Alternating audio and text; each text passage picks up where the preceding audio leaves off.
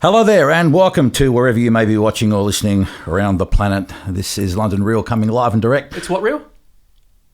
I fucked up, didn't I? It's what real? Melbourne Real. Where are we?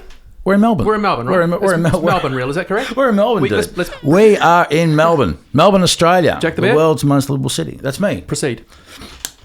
How are we, mate? We're good. I'm Martin Green. This is Jack the Bear. I'll take over this one. This is Melbourne Real. Welcome. Yeah. Today's guest is Krystle, how do you say last name? Gourvelos. Gourvelos?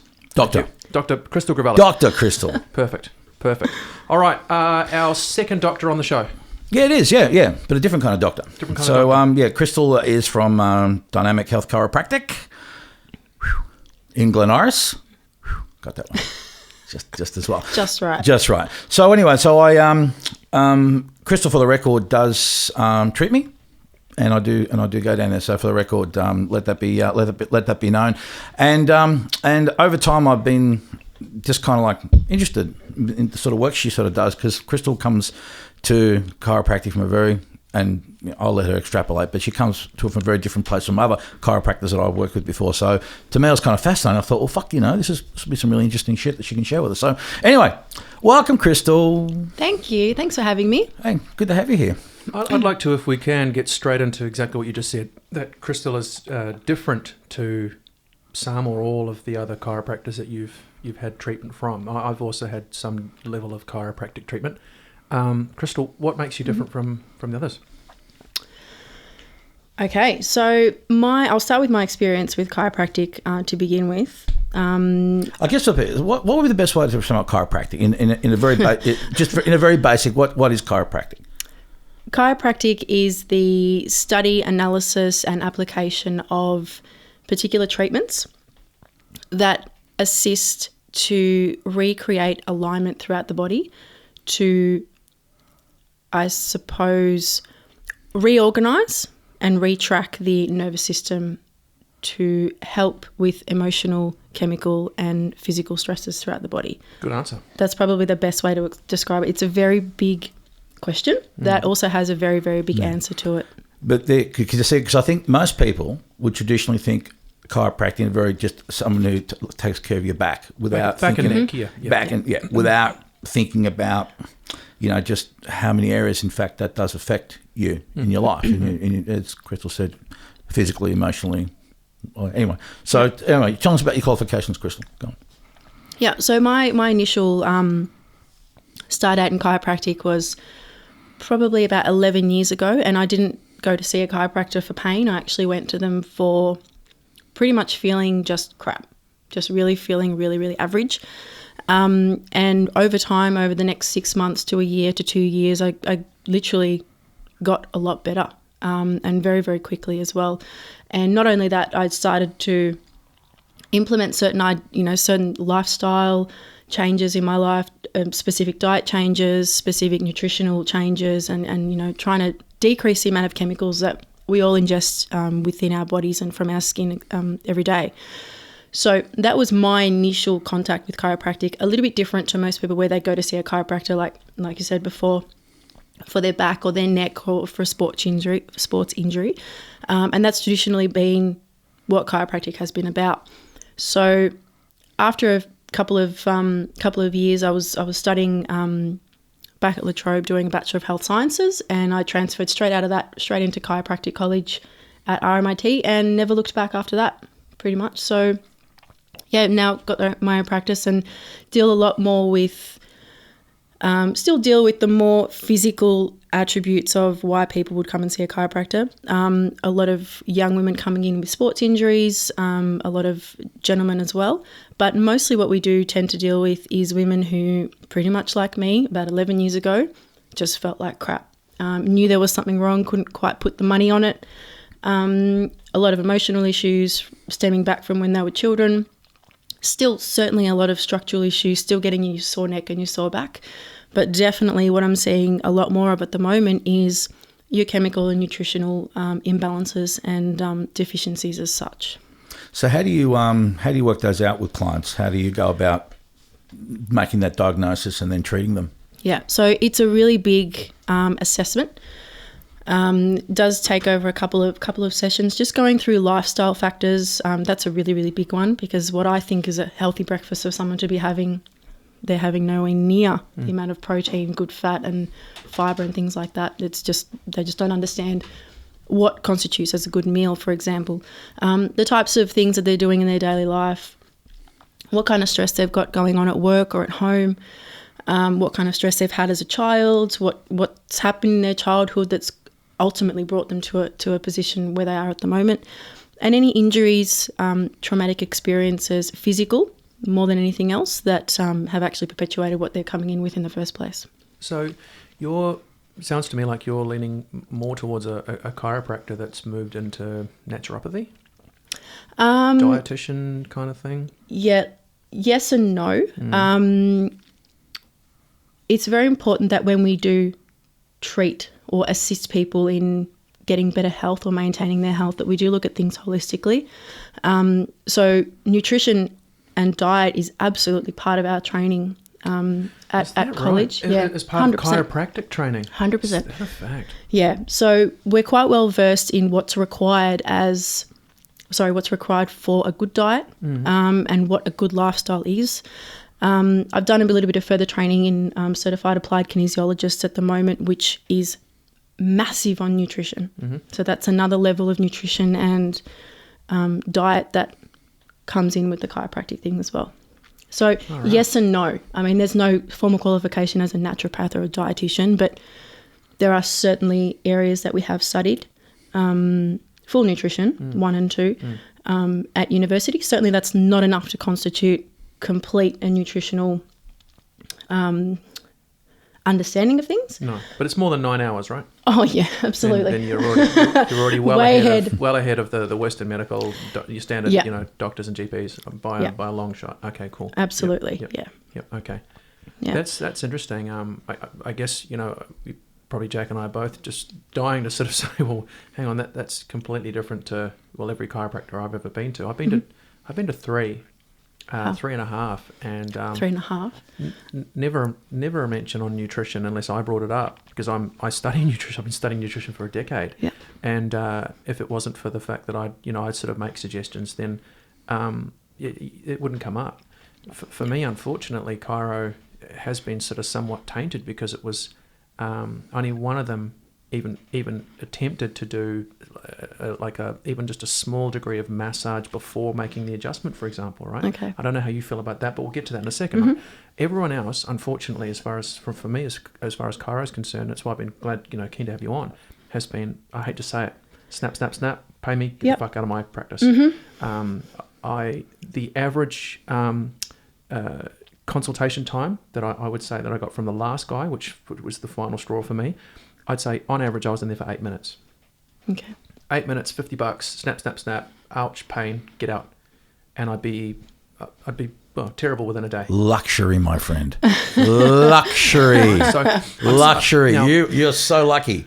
You got the 8 minutes. Right. So I'm not going to sit here. True story. I'm certainly not going to sit here and bag chiropractic, because this is refreshing to hear. And so obviously from there I went, fuck this, I'm switching to osteo, or I'm switching to myotherapy or something else. But I like what you're saying about the nutrition and stuff, because I'm such a huge advocate for nutrition, and it's changed my life as well. It was exactly the same. I felt average, felt shit, was sick every year. Now I don't get sick. Everything's good. So what do you say for? So someone comes in, and let's just say you mentioned about having a shitty breakfast or whatever. What would be a rough sort of guide for someone who's coming in feeling shit, and you've found out, look, they're probably not even eating breakfast? First protocol is to get them on something, on a food plan. Yep. I don't like to call it a diet, because diets don't work. It's a lifestyle. It's a food plan. As Garfield said, it's die with a T on the end. That's it. Yep. So get them on some sort of food plan that is going to give them what they require at certain parts of the day.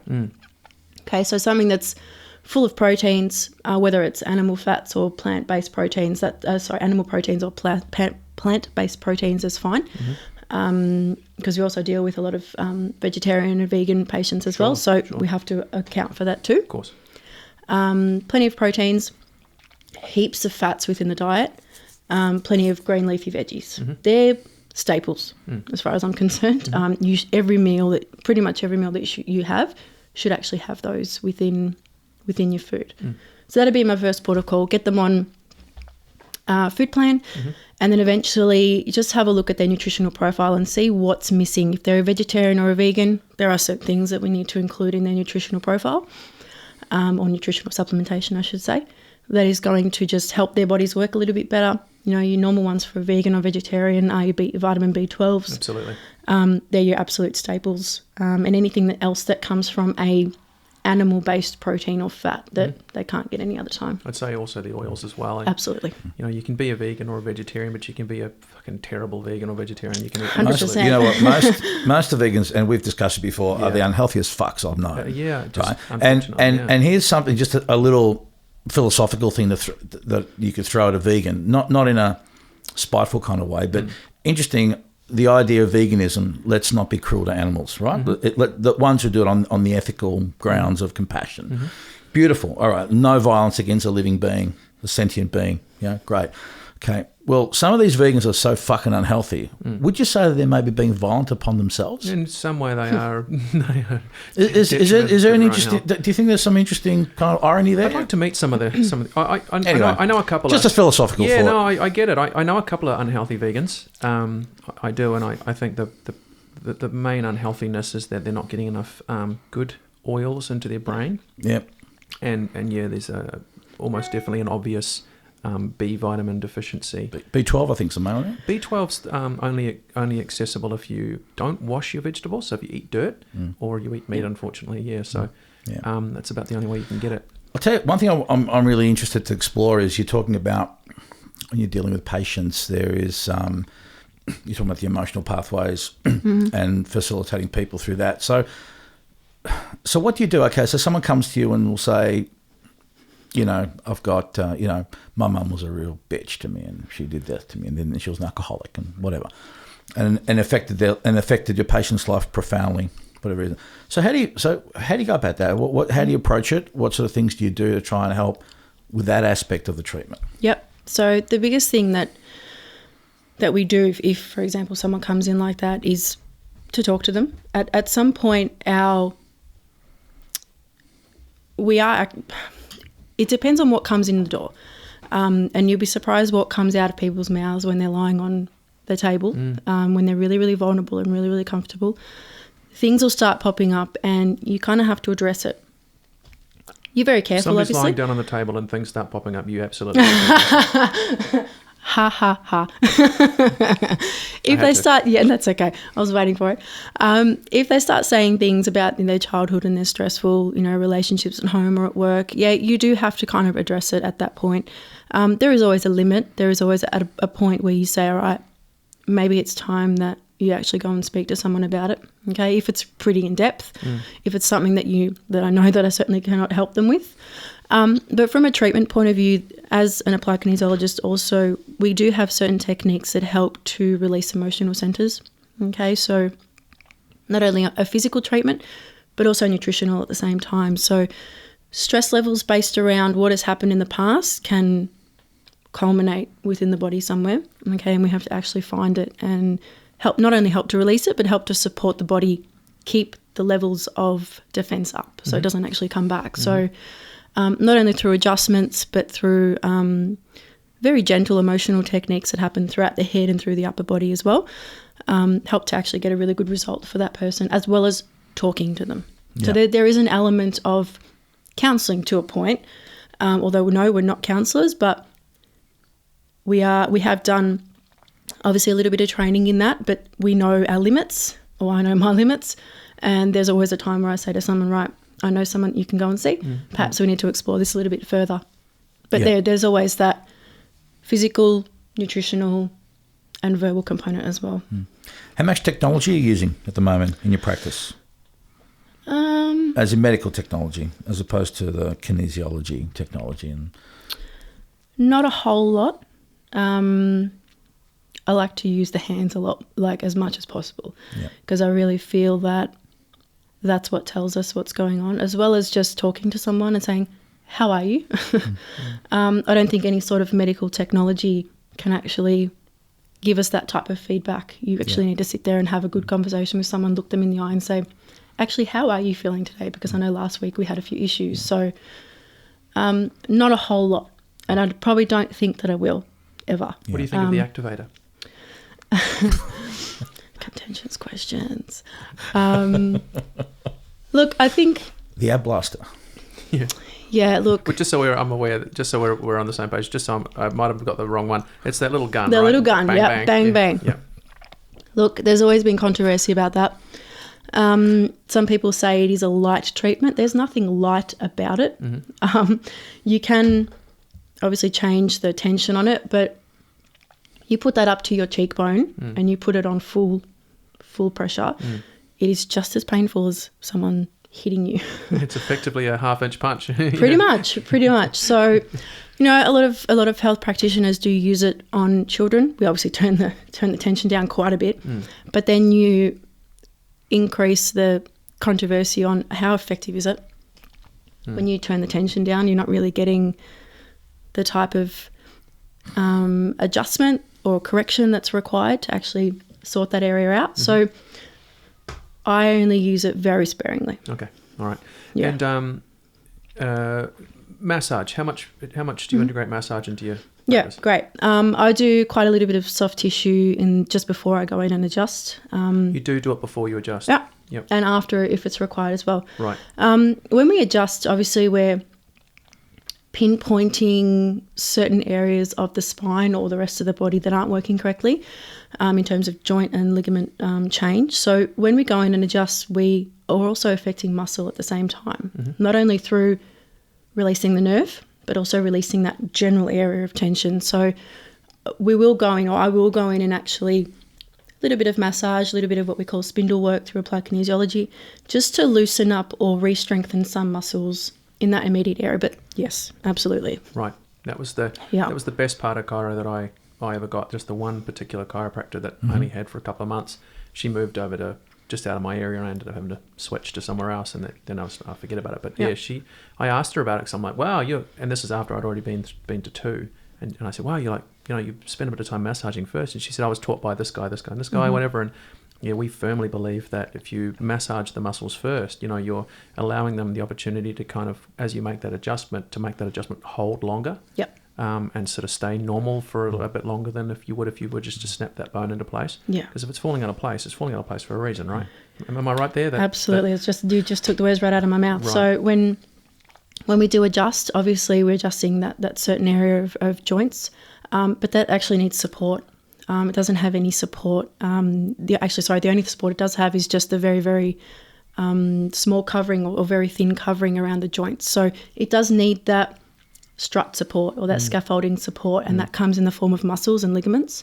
And if they're not fully supporting the joint, then that will actually re-subluxate or re-misalign, right, so to speak. So makes Tell sense, me, doesn't it? The sound of cracking, what is that? Is that nitrogen? Sorry, I've got an anticoal in my mouth. That's all right. That's okay. Is that is that nitrogen or nitrous? Is it nitrogen being released? Within the joint, you've got certain gases. Yep. Okay. And obviously the joints are not, there's a covering over the joints. Okay. So the gases accumulate there over a long period of time. So when we go in and adjust, it's not actually a bone-on-bone cracking situation by any means. It's very, very far from that. They are actually gases that come out of the joints in those regions. So we're not hurting cartilage, we're not hurting bone, we're actually doing the body a good thing by actually releasing this gas and realigning the certain structures that are required. How long do you reckon people should go to a chiropractor for? I mean, I know it's a bit of how long's a piece of string, but if someone's feeling, or let's say someone's feeling in relatively good health, and they're pretty well, their nutrition's pretty on point, they're not elite athletes, but they're good, they're healthy, okay, they're fine. Is there room for a chiropractor in their life? Absolutely. Okay. Absolutely. So, great question. People will come to see a chiropractor for many reasons. They might be coming from an angle of plenty of injuries in the past and just sick of the injuries and they just want to get a little bit better. They might come to us because they just feel like they can get a little bit more out of their life. And then they might come to us because they just want that maintenance style treatment.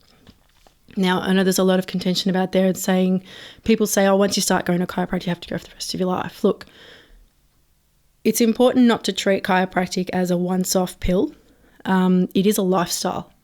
Okay, it's something that you live. It's eating properly. It's thinking properly. It's creating things in your life that actually fulfill your human potential, and that's what this is about. Yeah. So do you think maybe people should look at it perhaps like their dentist? You know, people go twice a year to a dentist at least, maybe on that parity, 2-3 times a year to go. You know, as a maintenance, as a minimum, shall we say? Yeah. So very, very similar. I would probably suggest a little bit slightly more frequently than twice or 3 times a year.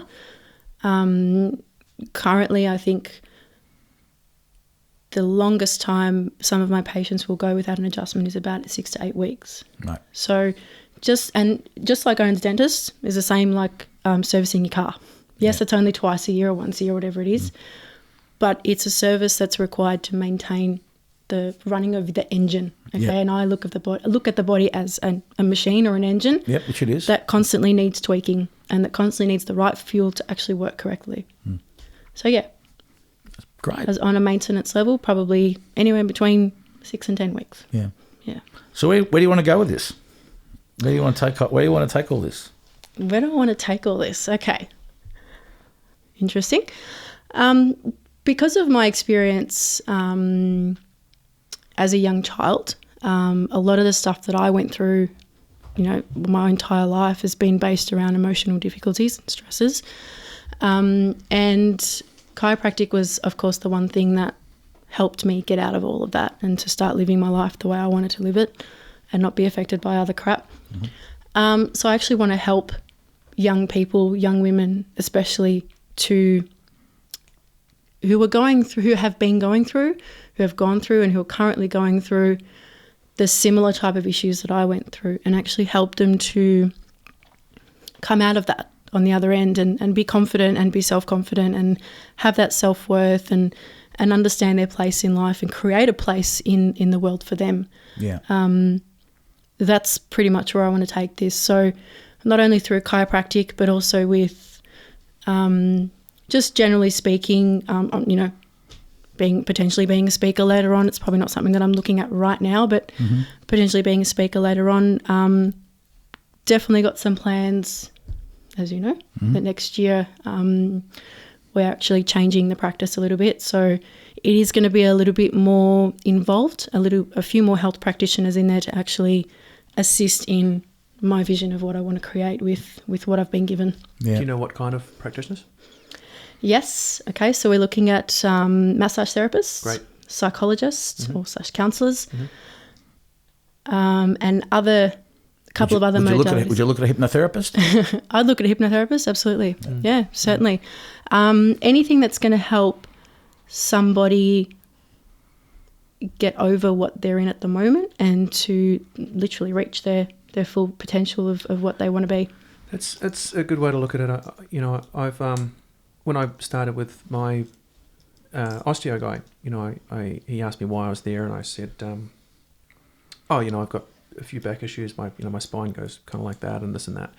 And I asked him a question I'm going to ask you. Yep. I said, I'm going to try and not come to you. I'm going to try and figure it out. What it is that's putting me in this position any way I can, because that's what I do. I've been researching since I was, since I moved here. All sorts of health stuff, and I'm of the belief that the body is capable of looking after itself, provided it's given the right. It's a 24-hour adaptation machine. Yeah, absolutely right. So, I've always felt that, and I'll ask your opinion in a minute. I've always felt that if the body, if my back keeps going out the way it does, it's because something's not quite right. It's that I've been trying to get to the bottom of, and other things outside of just going, with all due respect, going to a guy and getting adjusted every 4 weeks. Absolutely. And I'm succeeding. I'm succeeding with a certain few things. So when I asked him, you know, what do you think of that? He says, that's exactly what I want to hear. I want to hear that you eventually don't come back. Because don't worry, as far as the money, there's thousands of people that are going to come through. Money isn't the problem. And I said, well, that's a great way to look at it. That's a really good way to look at it. So if I came in as your patient and said to you the same thing, look, I'm going to try and not come to you. I'm going to come when I feel I need an adjustment with this and that, but I'm going to research and find out what it is and get to the bottom of it. What would you say to that? You'd be a one-of-a-kind person, firstly, because not many people would actually go away and thoroughly research why they keep getting that issue in that first instance. I would say fine, no problem. I want to help you. Yeah, great. Okay, great. so good answer, by the way. Yeah, part of my assessment is to help you find that reason. Yep. Okay, if a health practitioner is not helping you do that, there's something wrong. Absolutely. In my opinion. Sorry, but this is why we are called holistic natural health practitioners, because we're supposed to give you the ideas, supposed to give you the leads, for example, to go out and research your health, because unfortunately in this day and age we are conditioned for a quick fix. Yes. And people expect that even today. And not just that, but I think also a lot of people and while I have nothing but the highest respect for the medical profession, they're a lot smarter than me. They've had to do the schooling and the internships and all that kind of stuff, and and kudos to them. Much respect to them. However, having said that, just because you've got a lot of degrees in the world doesn't necessarily mean you know more. And I think people sometimes just give their power away, all well-meaning, like they're a doctor, they know better than me, they're smarter than me. So, and for the most part, let's just say there's some truth to that. However, I still think that, and we've huffed on about this before, taking some personal responsibility for your own health. You don't have to go as balls deep as you do necessarily, but nonetheless, take enough time to find out some stuff, sort out the facts and the myths, try things, see if it works for you. Yeah, just because it works for them doesn't necessarily work for you, and vice versa. Yeah. So same with the doctor. I found doctors that I've been able to sit down with and be able to, not necessarily I could speak the full lingo and all the tech terms, but at least I can talk to them about, engage in a conversation with them about my situation and not just take what they're saying for, as gospel. That's it. That's part of it. I mean, and as a doctor, I think most doctors would prefer that, wouldn't they? I love that. I love it when a patient comes in and says, "Hey, I found this the other day. What do you think?" Cool, let's have a chat about it. This is what is good about it. This is what you need to be careful with. I'm saying I wouldn't say don't do it, but just be careful with it, because you are, looking at potentially doing this or this. So I love patients that come in and say, "Oh, I found something on Dr. Google. Let me share it with you." Cool. Have a conversation about it. I think we are very, very well informed these days, not just, the people that have gone to uni for it, but the layperson it's a matter of just launching it straight into Google. That's it, and you pretty much get your answer. That's right. The internet makes smart people smarter and stupid people stupider. Oh yeah, absolutely. Yep. Definitely. I've got a pretty good chiropractic story. Slightly embarrassing, but quite good, and I think it's worth it. I guess it's the chiro versus the GP story. For a couple of days, and this is a few years ago now, maybe 5 or 6 years ago, I started getting this weird sensation down in my prostate area. Yep. Going to the bathroom was just weird. It was weird. It was strange, and it was like something was wrong. Something's definitely wrong. I don't know what it was. Right. So I went to the doctor and I said, this is the situation. He goes, all right, well, it's probably a urine infection or something like that. Okay, well, does it hurt? No.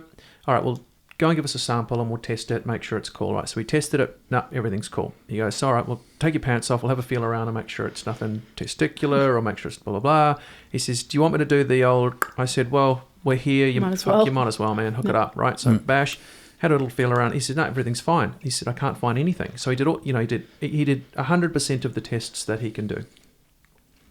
And so he sits there and I go, well, what's next, man? He goes, well, do you want some antibiotics? And I said, why? And he said, Martin, when people leave here, they often feel like if I don't write them a prescription for something, that they haven't really got their money's worth. Those were the words that he said to me. Wow. I wish I recorded it, but there it was. And I thanked him for his honesty. If people don't walk out of here with a prescription in their hand, they feel like I've shortchanged them. So I said, thanks, Dr. X. I'll see you later. And I left. Yeah. So I went home to Google, and I'd already been going to a chiropractor for quite some time. And so I thought to myself, well, tell you what, let's just Google it. Let's Google chiro prostate. Only 2 words I Googled, right? Up comes this chart. Yep. And I found, I believe it was L5 or L4, L3, 4, 5, somewhere around there, where it shows how I already knew enough from talking to my chiropractor. I asked them 1,000 questions everything. Rather than me going, oh, these are my problems, I go, tell me more. I'm working on you, figuring you fuckers out. So it said, L5, I think it was, is heavily connected to the prostate and that general area of things. And so if there's a misalignment there, that could be what it is. So I booked an appointment with my local chiro, and I wandered and I told her the story. I said, I've got this weird feeling down here. I don't know what it is, but it's fucking crazy. She said, have you been to the doctor? Yes. Good move. Did you do all the checks? Yes. Perfect. Well, let's have a look, right? I didn't mention L5. I just left it at that. So she works her way around and she goes, oh, your L5's out. Bang. Made the adjustment. And I kid you not, within, I don't know, 2.5 hours, gone, back to normal. So since then, I've discovered the yoga ball. And I've discovered that if I lean back over this yoga ball in that bridge sort of fashion, whenever there's any kind of weirdness, I actually hear a little noise go around about here and goes away. So it was, I hope you don't mind me passing on this, but it's my little extra, it's just one of the little ticks off my I don't need to go back to you, osteo guy, sort of thing. And it's I tell that story as often as possible because what that doctor said, I'll never forget. You know what I mean? And it proved that effectively chiro solved my problem. And the other thing was that at no time did that doctor recommend any other option, not any other avenue that like myotherapy, chiro, osteo, anything. He just, because that's what they're trained on. They're trained on that, and I think that and I'll shut up in a minute, but that's always been my main problem with all of them, whether it's myo, osteo, chiro, doctors, Western, fucking the needle guys, whatever, is I've always found them to be quite narrow to their field, and so if anything falls out of that, the greedy ones just go, no, I don't know what it could be, and the I guess the ignorant ones go, I don't know what it could be, but what you're doing is you're branching out into areas that allow you a bit more knowledge of how to deal with things holistically. And if you bring something into your, you bring other practitioners into your practice, I think you're on to winner. Yeah, I think it's important to have different angles. I'm not a what if person, but I will personally look at things from 1,000 different angles before I make a decision, just to make sure that it is the right thing to do. And I've got no problem in saying to my patients, look, go to your GP, get them to look at this. Yep. Let's get a test for this. Let's get an X-ray for this or an MRI or whatever it is. I think that's important, and it annoys me that a lot of practitioners don't do it, because at the end of the day, it's not about your pocket or anything else. It's about how I sleep at night, making sure that my patients are looked after, make sure they're getting the help they need. But it's also most importantly about the patient and making sure that they are sleeping at night and they're able to go through their everyday life with not an issue in the world. So absolutely, I think angles are really important. Plus, if you're a GP and you do learn a little bit more outside your very narrow field, and we've talked about this many times about, what they learn, aren't you more likely to go back to that doctor when something does fall under that category? You'd think so. And if it's like that pizza shop on High Street in Northcote. I was there. I was fucking, I'd been drinking. It was about, I don't know, 11:30 or 9, whatever. I opened the door. I'm like, hey, man, we're closed. Do you know anywhere around here that's got any, does any food at all? And he goes, no, man, don't know, no idea. Sorry, man. Oh, okay, cool. Close the door. Turn around and there's a pizza shop across the road, like directly across the road from these guys. Their beacon shines a fucking light in through their door. And I went across the road and they're open till 1 a.m. I ordered a pizza, walked straight back across the road to those, I can't remember their Pharaoh name, but, and said, hey, thanks for the fucking recommendation. It's across the road. Yeah.